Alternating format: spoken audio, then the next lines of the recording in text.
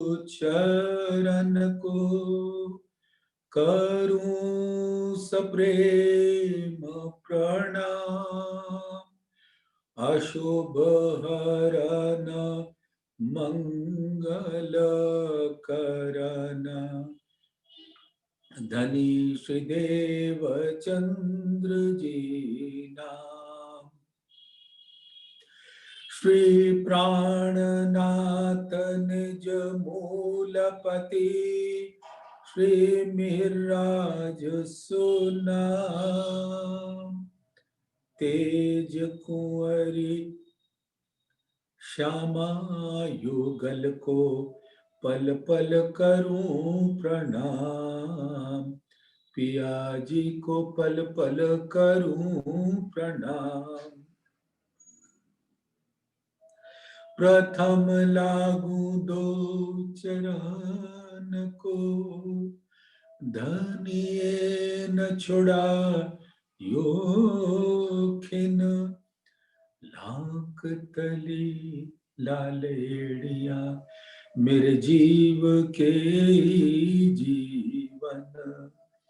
इन पांव तले पड़ी रहूं धनी नजर खोलो बातून।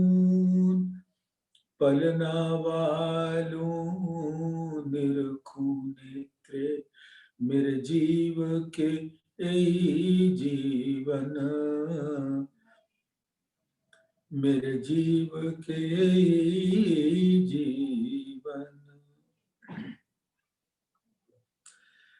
धामधनी अक्षरातीत के परम लाडले सुंदर साथ जी,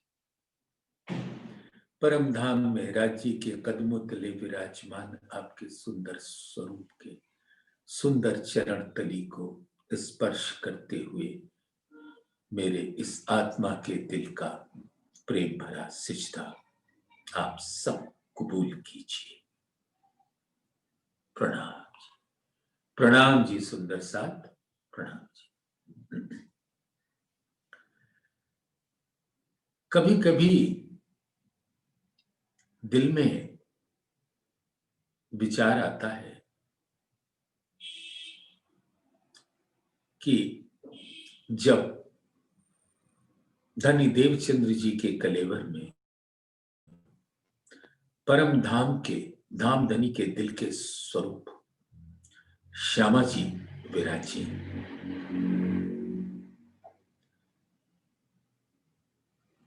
थी तो वो पहले से ही, लेकिन उनको उस बात का की जानकारी हमारे प्राणपति प्राणनाथ अक्षरातीत ने दी श्याम जी के मंदिर में। और अक्षरातीत का स्वरूप श्यामा जी के स्वरूप के संग देवचंद्र जी के कलेवर में विराजमान। सुंदर साथ बड़े प्यार से सुरता लगाकर देखते चलिएगा। ये शब्द नहीं है, इनमें शब्द हैं। और आपको पहले भी ये जानकारी है कि शब्दों की गूंज से निशब्दता की गूंज अत्यधिक होती है।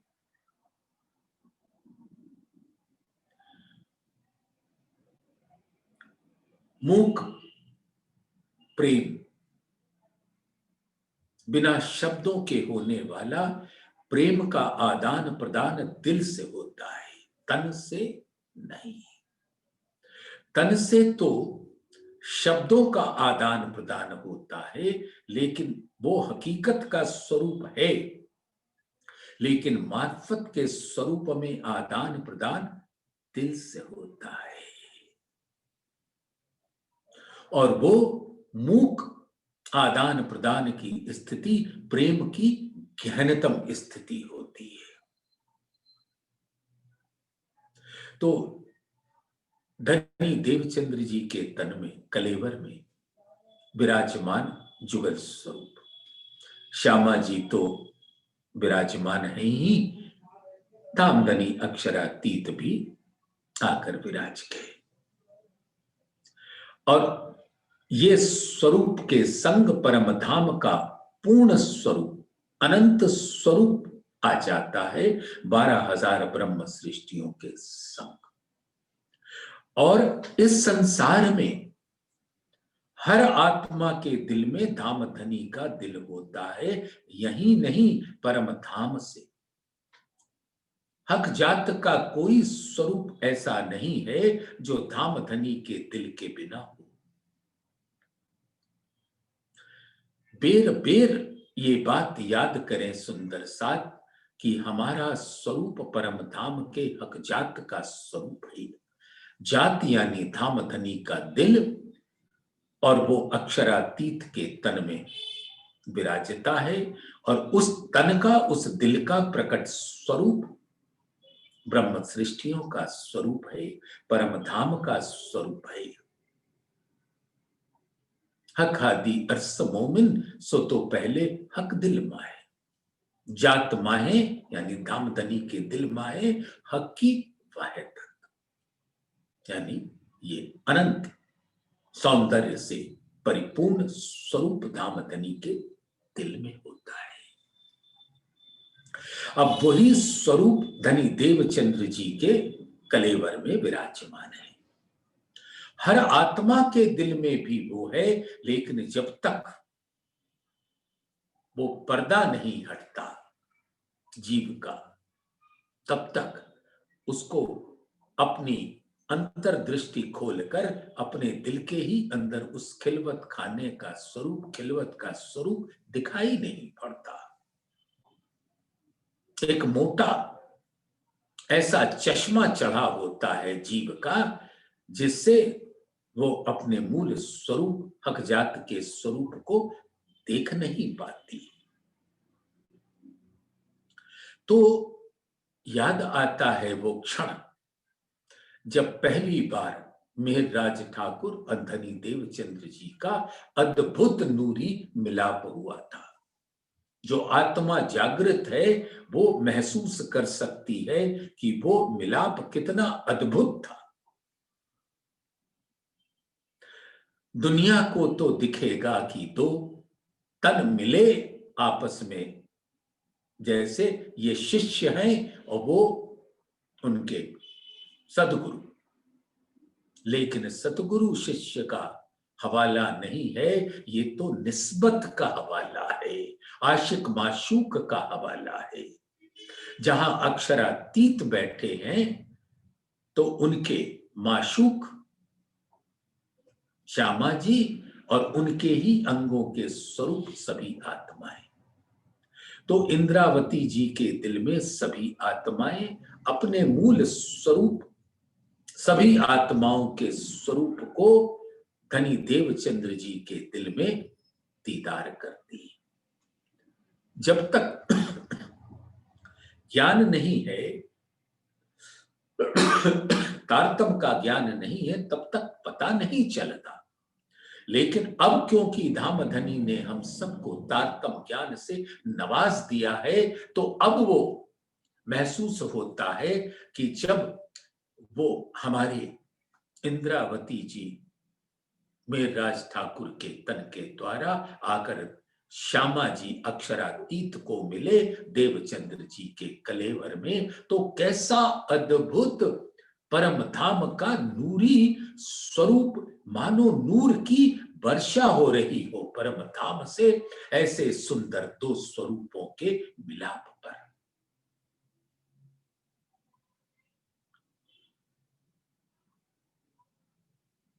जब हम कहते हैं बंदों सतगुरु चरण को, तो वो उस मिलाप का विचार करो। बंदों सतगुरु चरण, धनी श्री देवचंद्र जी नाम, इस तन का नाम, कलेवर का नाम देवचंद्र था, लेकिन वो तो तन ने धारण किया हुआ था। बैठे कौन थे उस स्वरूप के अंदर? साक्षात प्राणनाथ, अक्षरातीत, अपने तन और दिल से, यानी कि परम धाम के हकीकत स्वरूप में विराजमान थे, अर्श और मोमिनों को लेकर। और ऐसा ही स्वरूप मेहरराज ठाकुर के कलेवर में विराजमान, और वो आकर ऐसे जुगल स्वरूप के चरणों में अपना ठिकाना ढूंढ लिया। सद्गुरु के चरण कमल ही रूहों का ठिकाना होता है। तो ऐसे सुंदर स्वरूप को जब हम देखते तो याद आता है कि परम धाम में वो जुगल स्वरूप,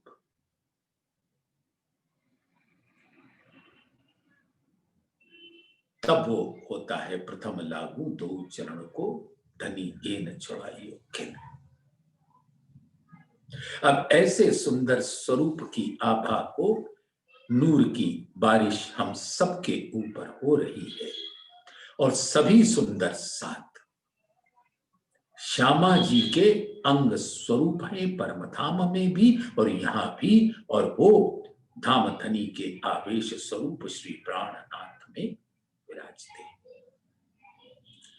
धनी देवचंद्र जी का स्वरूप भी प्राणनाथ कहलाता है।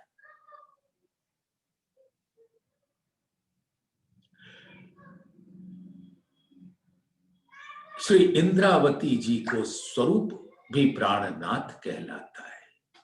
प्राणनाथ क्यों कहलाता है?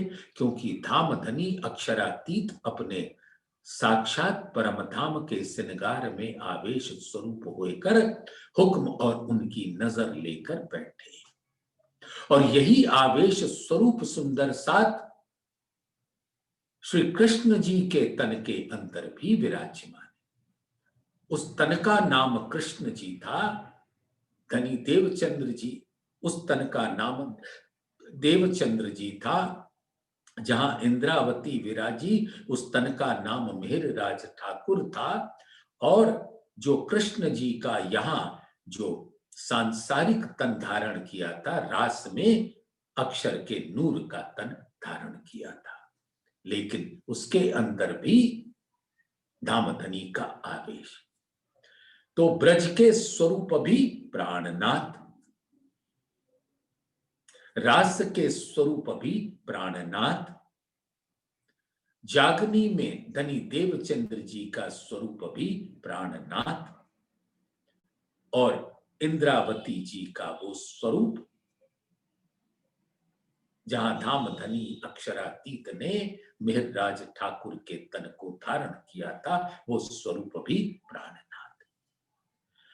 उस तन का तन दिल अर्स एक किए, हके कदम धरे दिल में। जब धाम धनी अपने आवेश स्वरूप से किसी तन को चुनकर बैठ जाते हैं तो वो तन दिल अर्स एक हो जाता है। उस तन की महिमा को कम कोई ना आके, ना वो महापुरुष है, ना वो संत है, कवि है, ना वो किसी का शिष्य है, ना वो किसी का पुत्र है, ना वो किसी का पिता है। वो तो साक्षात अक्षरातीत परम धाम का आवेश स्वरूप है। और परम धाम में भी जो हमारे जुगल स्वरूप हैं, वो भी हमारे प्राणनाथ हैं। प्राणनाथ का सिर्फ एक मतलब समझिएगा सुंदर साथ, प्राण यानी आत्माओं का दिल, और उसके ऊपर जिसका स्वामित्व होता है वो नाथ होता है। तो इन प्राणों के नाथ प्राणनाथ, तो हमारे प्राणपति अक्षरातीत जुगल स्वरूप होए के हर आत्मा के प्राणनाथ है।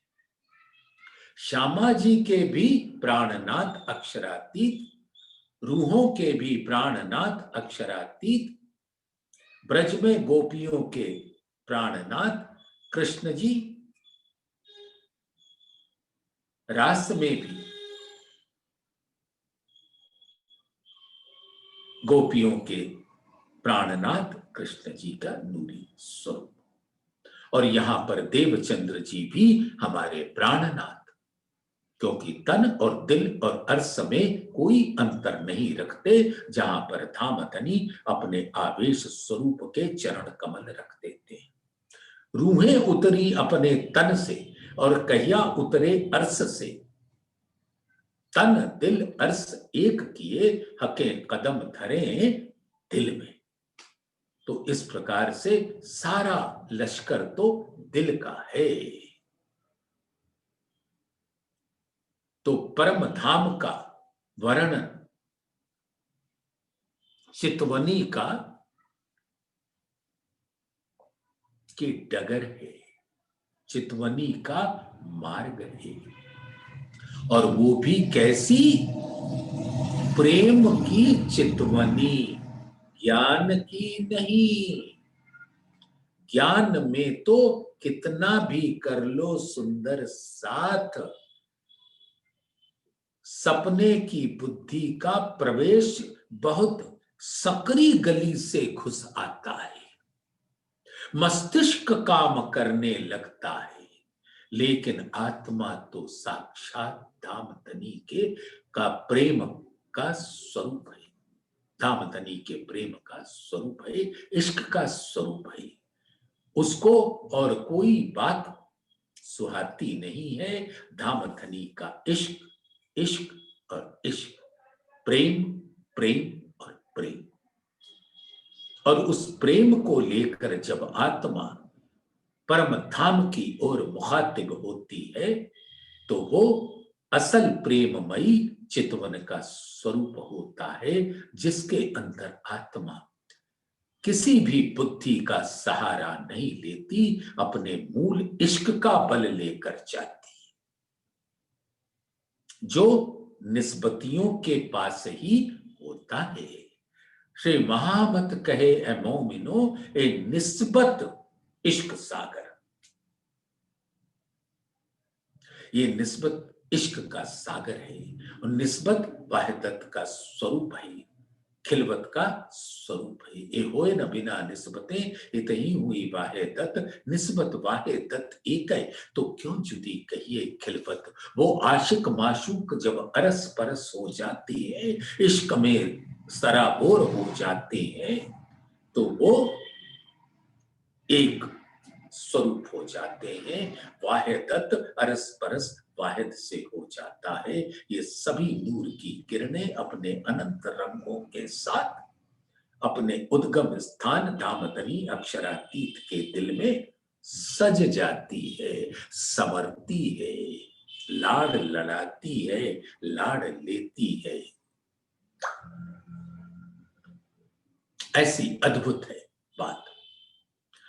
तो सुंदर सात परिक्रमा ग्रंथ 29 नंबर के प्रकरण में कल 53 नंबर तक की चौपाई में, कल नहीं शुक्रवार की शाम को हम सब ने मिलकर झीला था। आज 54वीं में प्रवेश करते हैं।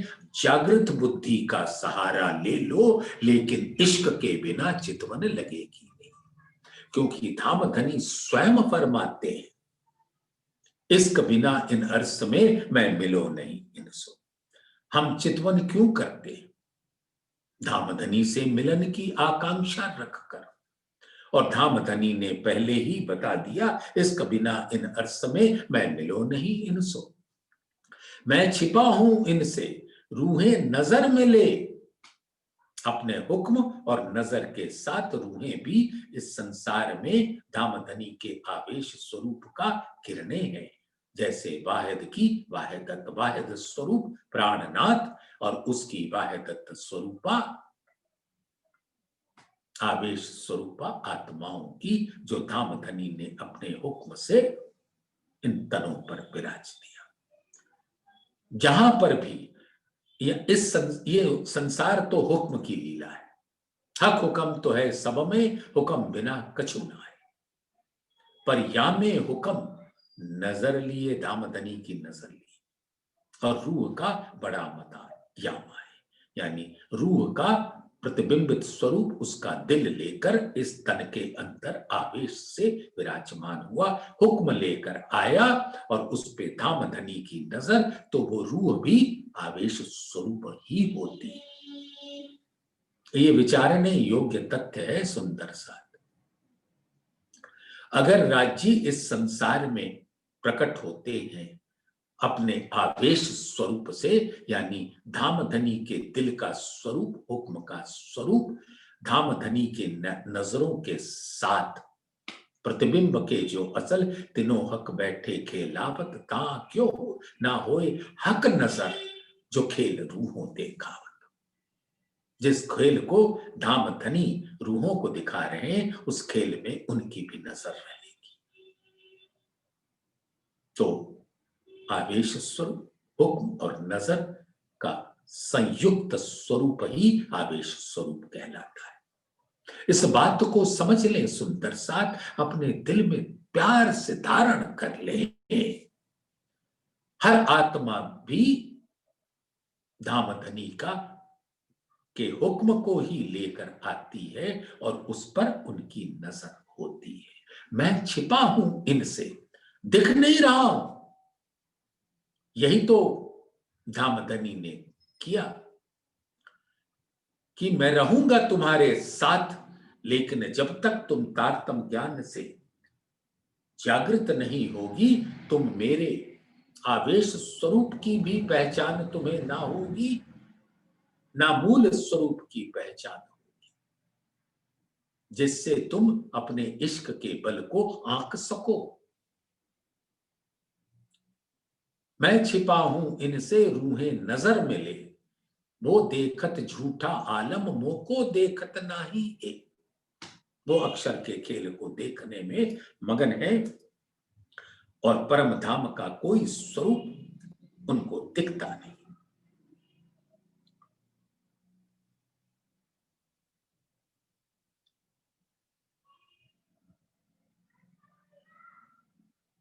और इश्क बिना इन अर्स में मैं मिलो नहीं इनसो। रब्द रूहों ने हक्सों इश्क का किया जोय, सो इश्क बिना इन अर्स में बैठ ना सके कोई। और हम क्या करते हैं, हम चितवन लगाते हैं। हम सब सुंदर साथ को के जीवन का मूल लक्ष्य है चितवन करना, चितवन करना, चितवन करना, और इसके अलावे दूजा तो कोई काम ही नहीं है। लेकिन चितवन जब तक दिल के अंदर दामधनी के प्रेम की लहर नहीं आती, तब तक धामधनी परम धाम में हमारी सुरता को बैठने नहीं देंगे।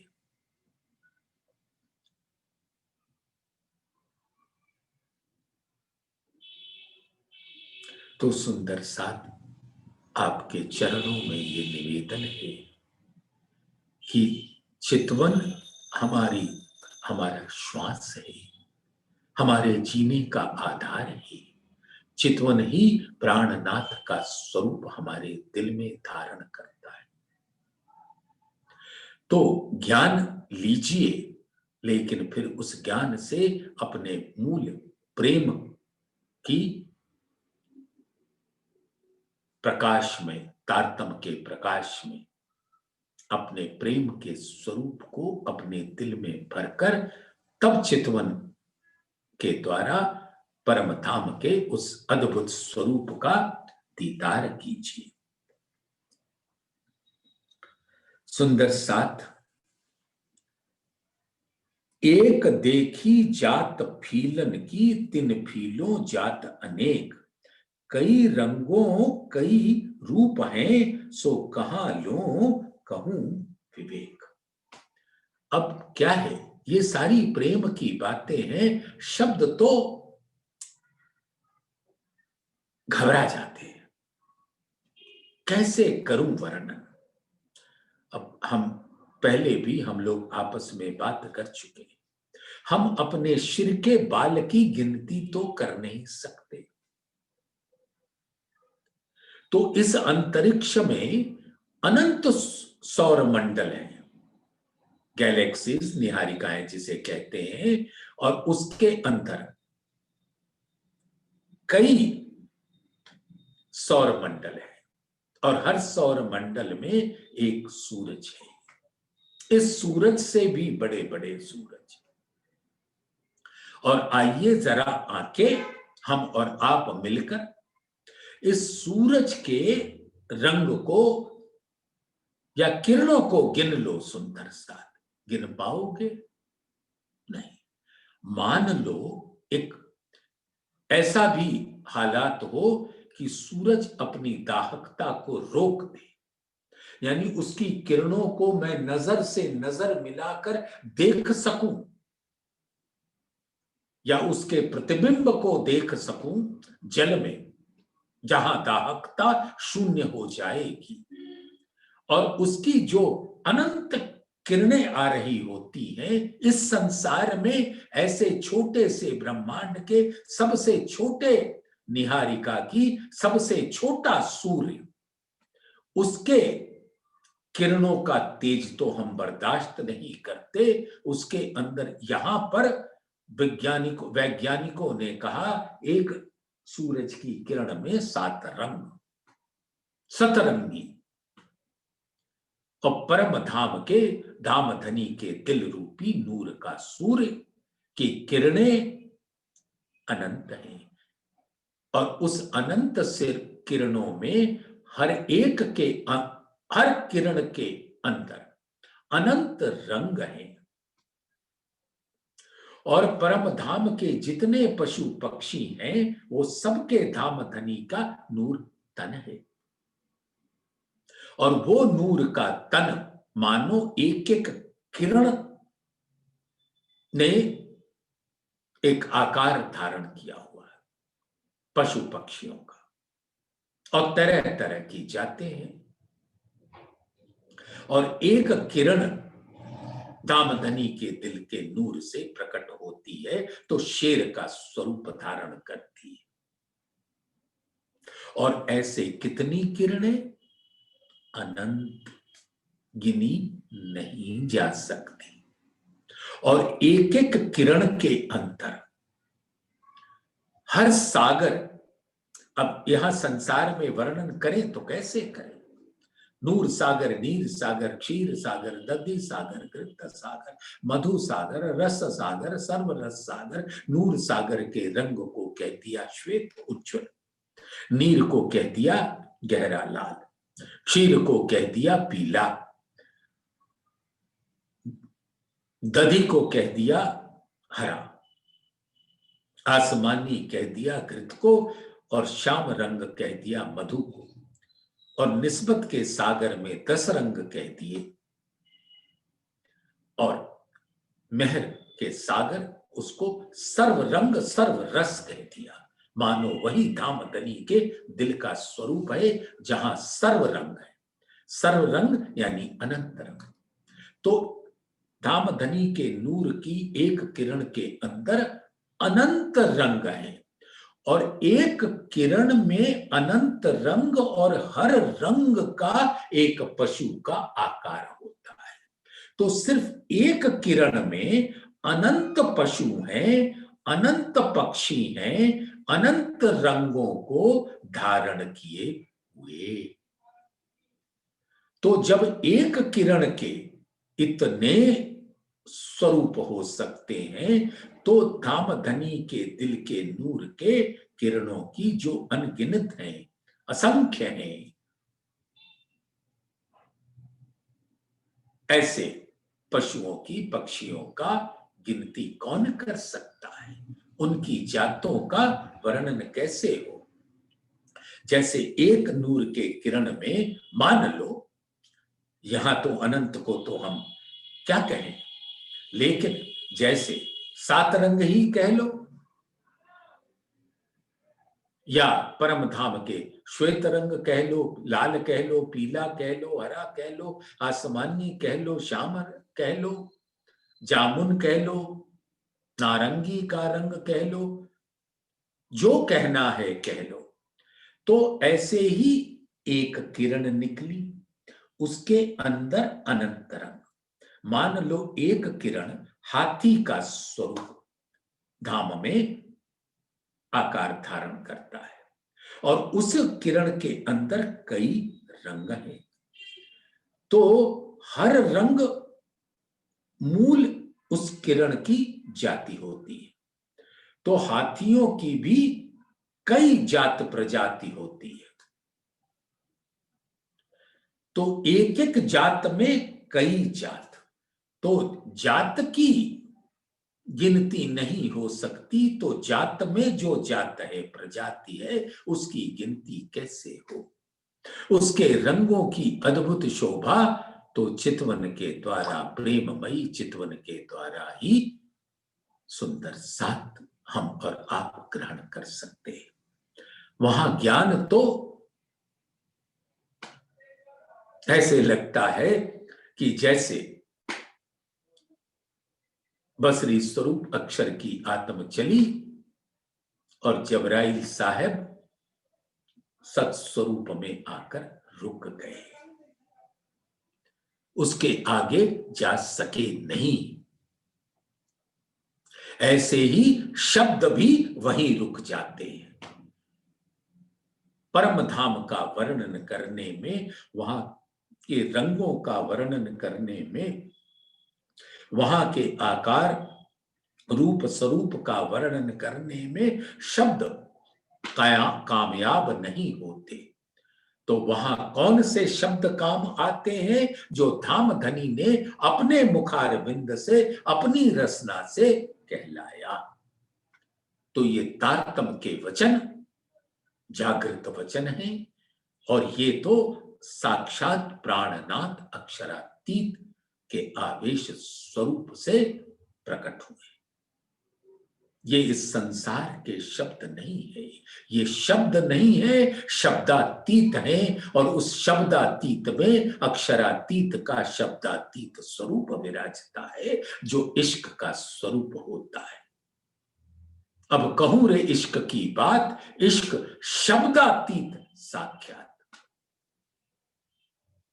जो कदी आवे मिने शब्द, जो इस संसार के शब्दों में सपने की बुद्धि से प्रकट करने का प्रयास भी करो तो 14 तबक करे रद। ये सब कुछ समाप्ति पर आ जाएगा, छूट जाएगा। तो एक देखी जात फीलन की, फीलन यानी हाथी की एक जात देखी, तिन फीलों जात अनेक। जैसे एक किरण हाथी का स्वरूप है, उसके अंदर अनंत रंग है, तो हर रंग की एक हाथी का स्वरूप होता है।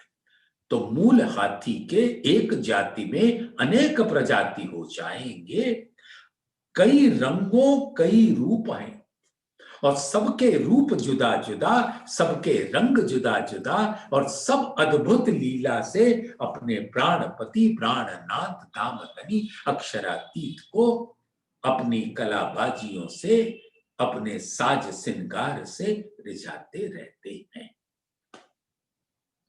कई रंगों कई रूप हैं, सो कहां लो कहूं विवेक। अब यहां की जागृत बुद्धि तो लड़खड़ा जाती, रुक जाती।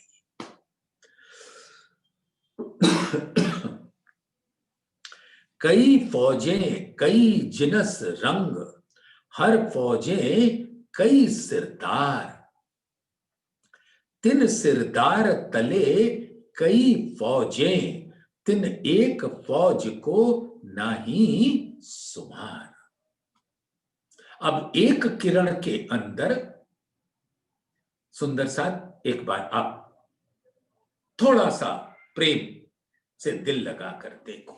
धामधनी प्राणनाथ अक्षरातीत के स्वरूप के वाहिद रूपी नूर रूपी दिल से प्रकट होने वाली वाहिदत की लहरें, सब नूर की किरणें, और एक किरण के अंदर अनंत किरणें हैं, और एक किरण के अनंत अंदर अनंत किरणों के अनंत रंग हैं।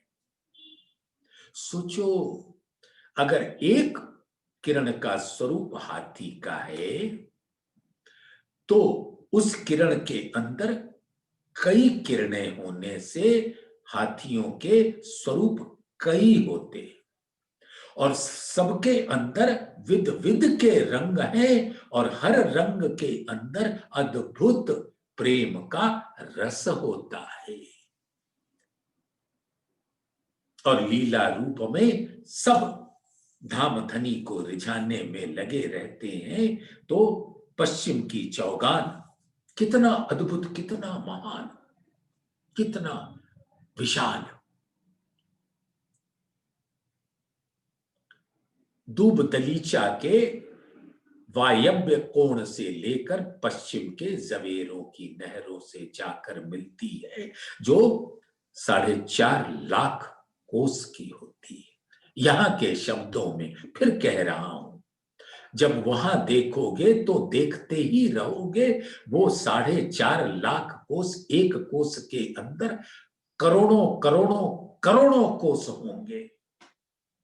यहां पर तो कह देते हैं एक मंदिर के अंदर 100 कोस, लेकिन परम धाम की मापी हो सकती है क्या? जो धाम धनी के दिल की प्रकट स्वरूप है, तो दिल की मापी, दिल की गहराई, उस अथाह सागर की गहराई कोई माप सकता है क्या? ये तो हमारी यहां पर जिस जीव को आत्म ने धारण किया है, उस जीव के बुद्धि में प्रवेश करे, इसलिए यहां के शब्दों का इस्तेमाल जीव की खातिर किया। अब क्योंकि आत्म जीव पर बैठकर अभी तक माया का खेल का दीदार कर रही थी, अब तारतम ज्ञान के द्वारा अपने धाम को देखने लगी और तब जब आत्म के अंदर अपना प्रेम का अंकुर जागा, तो फिर वो उस अनंत स्वरूप को आत्म अपने दिल में प्रेम से धारण करती है, फिर इन शब्दों से परे हो जाती है और शब्दातीत के अद्भुत स्वरूप का रसपान करती है। तो यहां के शब्दों में 4,500 मंदिर है, यानी 4.5 लाख कोस, एक मंदिर में 100 कोस। और उस वायव्य कोण से लेते हुए दक्षिण की ओर जब जवेरों की नहरों तक आती है, पहलदार जवेरों की नहरों का गोलाई लिए, तो ये लंबाई 9,000 मंदिर की होती है। 1,500 मंदिर दूब दलीचा की और 7,500 मंदिर कुंज निकुंज की, यानी 9,000 मंदिर, यानी 9 लाख कोस। और उन कोसों का तो अद्भुत अथाह है, अनंत ही।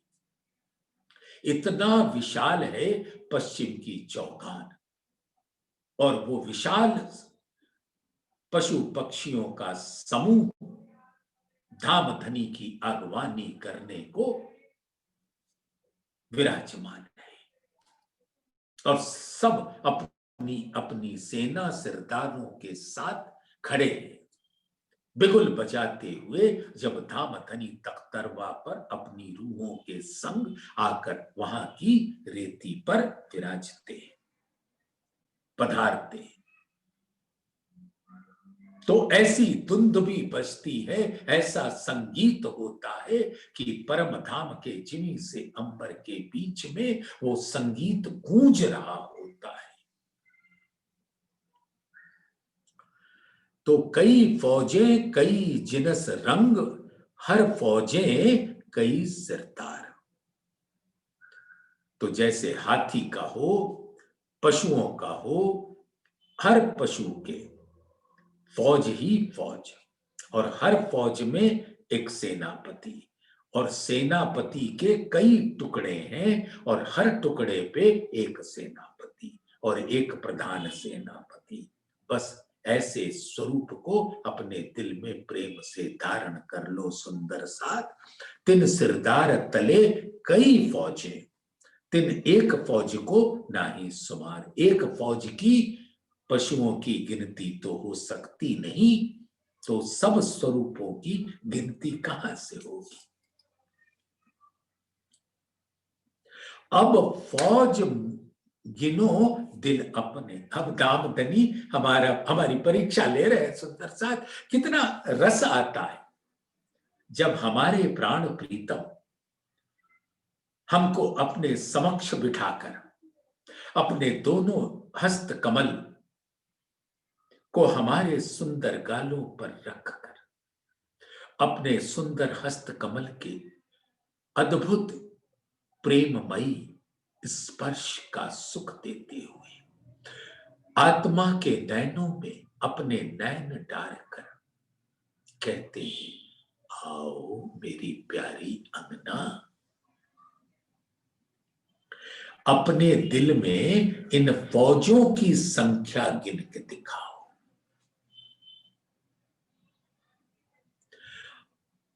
अब फौज गिनो दिल अपने। अब अपने दिल में इस फौज को गिनो और उसके बाद इसके सेनापतियों को गिनो। 100 सिरदार कई एक फौज में, और इतने एक फौज में इतने सिरदार हैं, इतने सेनापति हैं कि 3 फौज करो निर्वार। तो इस प्रकार से इस सारे फौजों की गिनती, सैनिकों की गिनती, सैनिक यानी हाथी,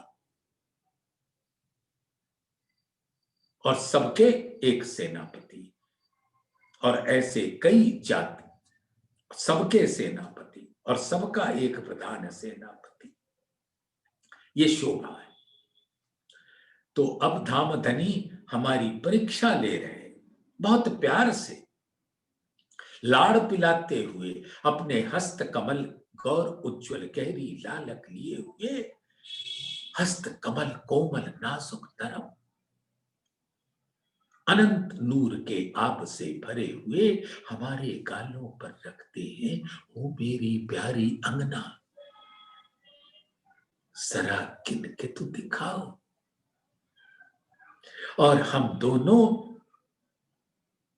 मुस्कुराते के साथ साथ अपनी हंसी को रोक नहीं पाते, और ऐसे दिल करता है कि धामधनी के चरणों पे लिपट जाऊं, और धामधनी का दिल भी हमको अंग से अंग मिला लेता है।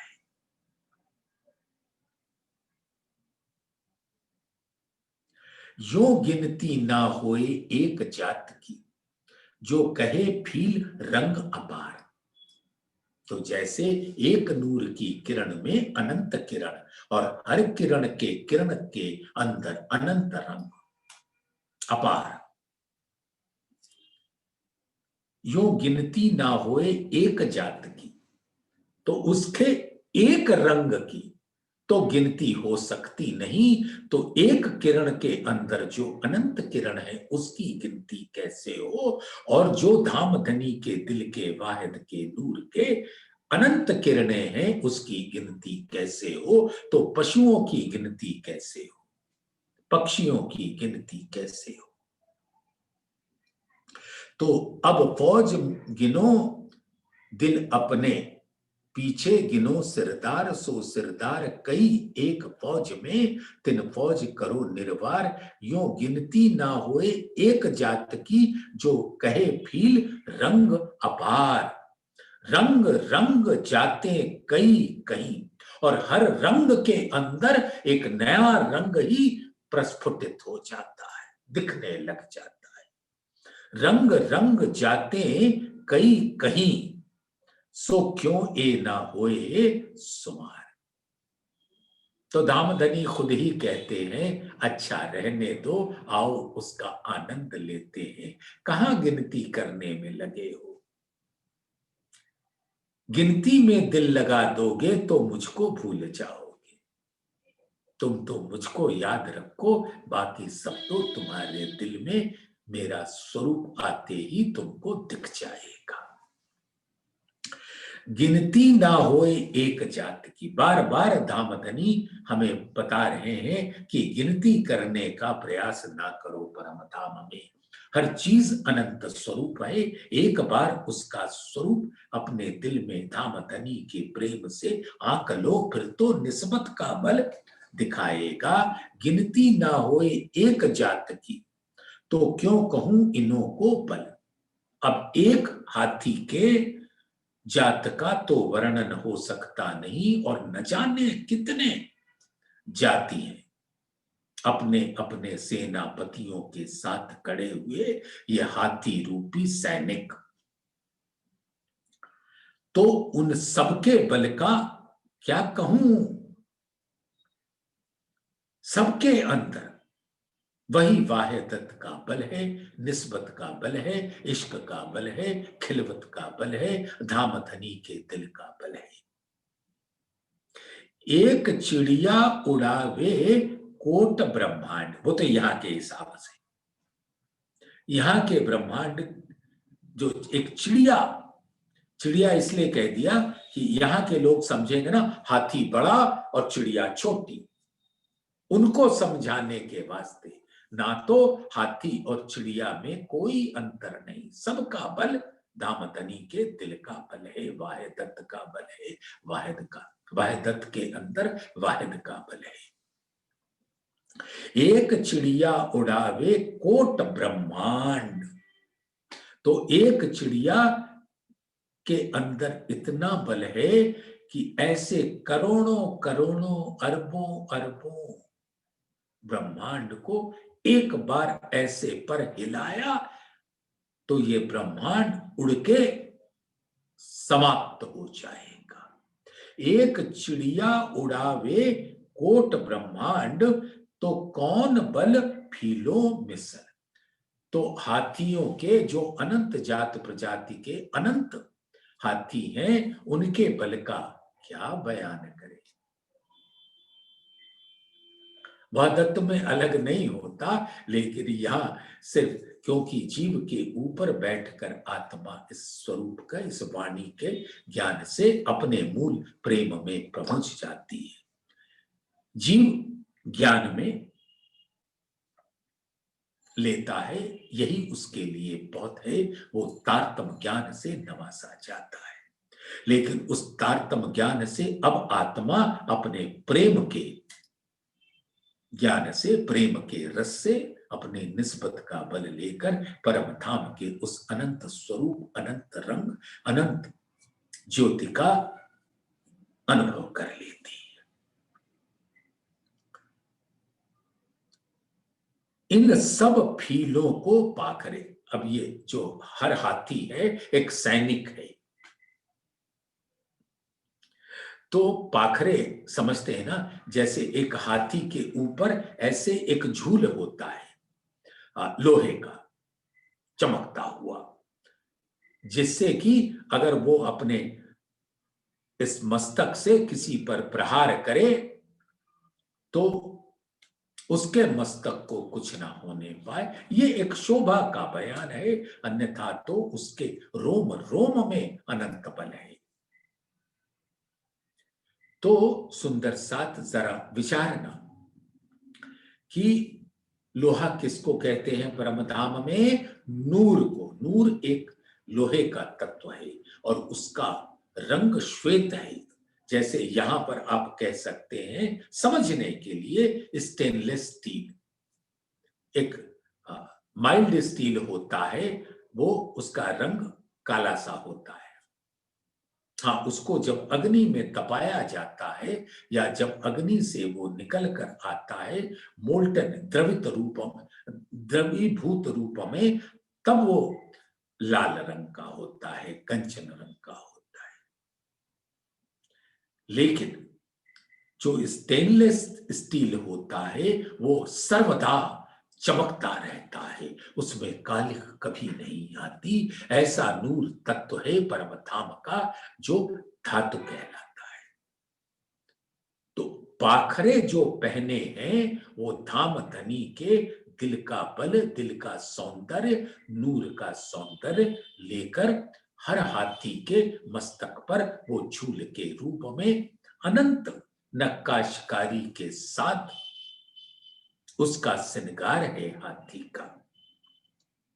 इन सब फीलों को पाखरे और सिरिये जड़ाव रतन, और उसके सिर पर परम धाम के हर नग, हर धातु स्वर्ण में जड़े हुए उसके पूरे मुखारविंद पर उसका श्रृंगार होते हैं और पीठ पे तो सुंदर वस्त्र अति कोमल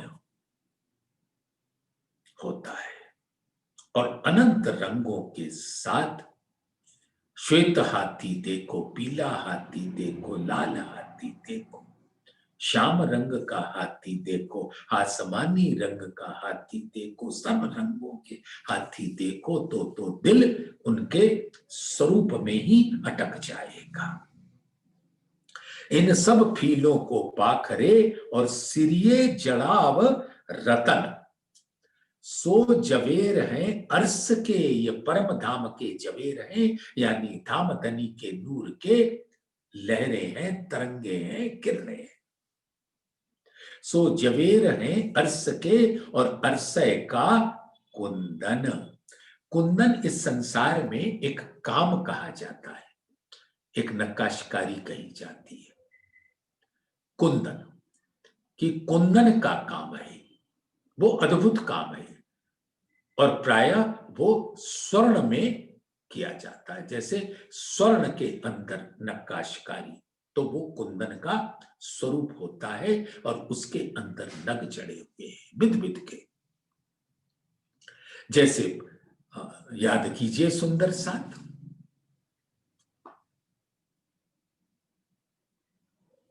पांच नीलवी पुखराज माणिक, कितने हो गए? ये 4 हो गए। और हीरा लसनिया गोमादिक मोती पन्ना परमाल, पिरोजा कपूरिया, ये कितने हो गए? 10। तो 10 और वो 4, 14 रंग। ये तो गिनती में आता है, रंग तो अद्भुत है, अपार है। हेम चांदी नूर कंचन, वो धातु के स्वरूप है और कंचन में कुंदन का काम होता है। इन सब नगों के स्वरूप मणि के स्वरूप के साथ जड़ा होता है और जगमगाता है। उसमें पांच भी है, नीलवी भी है, पुखराज भी है, माणिक भी है, हीरा भी है, लसनिया भी है, गोमादिक भी है, मोती भी है, पन्ना भी है, परवाल भी है, पिरोजा भी है, कपूरिया भी है।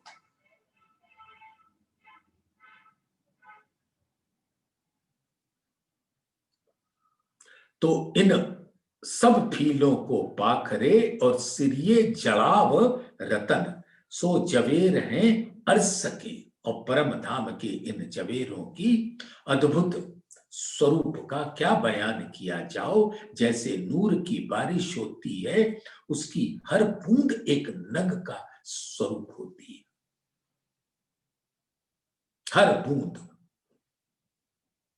परम धाम के अंदर धाम धनी अपने दिल के स्वरूप आसमान से जब नूर की बारिश करते हैं तो उसका एक एक बारिश की एक एक बूंद नग का स्वरूप होती है, अनंत रंगों के साथ। और वो जब हमारे ऊपर गिरती है तो अति कोमल होकर मानो फूई हो।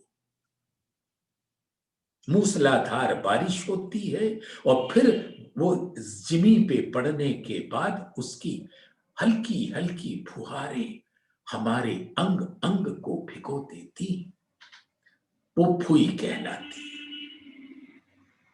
ऐसे नूर की बारिश में अपने आप को विराज कर देखो कि पश्चिम की चौगान में हर पशु पक्षियों की कैसी अद्भुत शोभा है। धाम धनी की शोभा, हर रूह की शोभा, अनंत पशुओं की, अनंत पक्षियों की, अनंत जात प्रजाति की, अनंत रंगों की शोभा को अपने दिल में प्रेम से ग्रहण करिए।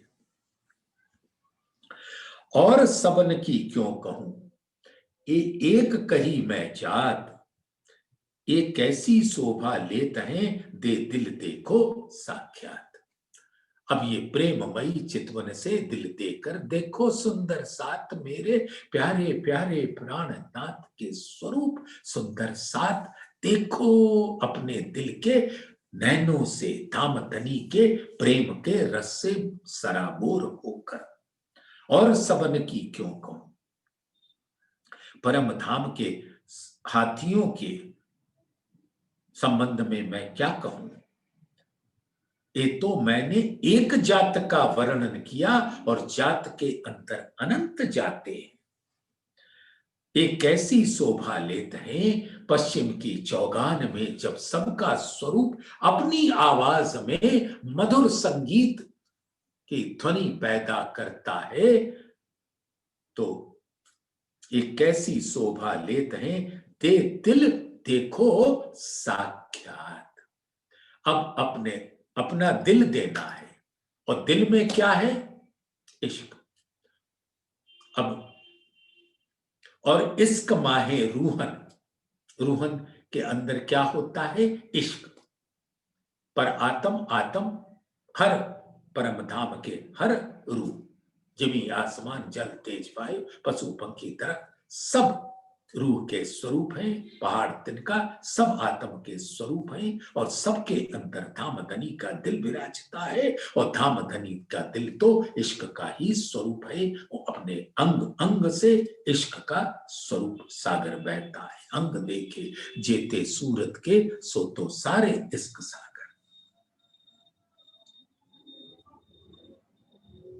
तो और इश्क माहे रूहन हके अर्स कहया जाको दिल, हके दिल ते रूहों दिल लिया यो एक हुए हिल मिल।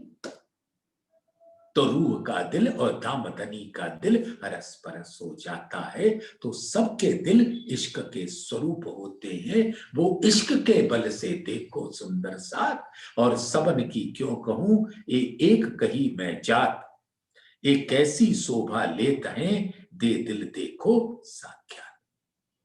प्रेममयी दिल के द्वारा साक्षात उस स्वरूप को देखो। तभी श्रृंगार ग्रंथ के 24 प्रकरण में दामधनी फरमाते हैं, निर्णय करना अर्श का तिनमें भी हक जात। हक जात यानी हक की वाहिदत, जात माहे हक वाहिदत, तिनमें भी हक जात। ए निर्णय करना अर्श का तिनमें भी हक जात। इत नूर अकल भी क्या करे जित लदुन्नी भी गोते खात। जब धामधनी स्वयं अपने आवेश स्वरूप से ऐसे अद्भुत रंगों की किरणों की स्वरूपों का वर्णन करते हैं, तो उनका दिल भी इतने लाड़ में रूहों के प्रति डूब जाता है कि बस वो तो मूक प्रेम में आदान प्रदान प्रारंभ हो जाता है। तो सुंदर साथ ये 60 नंबर की चौपाई पर आज विराम लेंगे, उसके ही स्वरूप का दोहराकर। और सबन की क्यों कहूं एक कही मैं जात। और सबन की क्यों कहूं एक कही मैं जात। एक कैसी शोभा लेत हैं दे दिल देखो साक्षात। दे दिल, दामधनी को दिल दो, और दिल लो और प्रेम भर लो, इश्क भर लो। दे दिल देखो साक्षात, दे दिल देखो साक्षात। बोलिए श्री प्राणनाथ प्यारे की जय, धाम के धनी की जय, सर्व सुंदर साथ की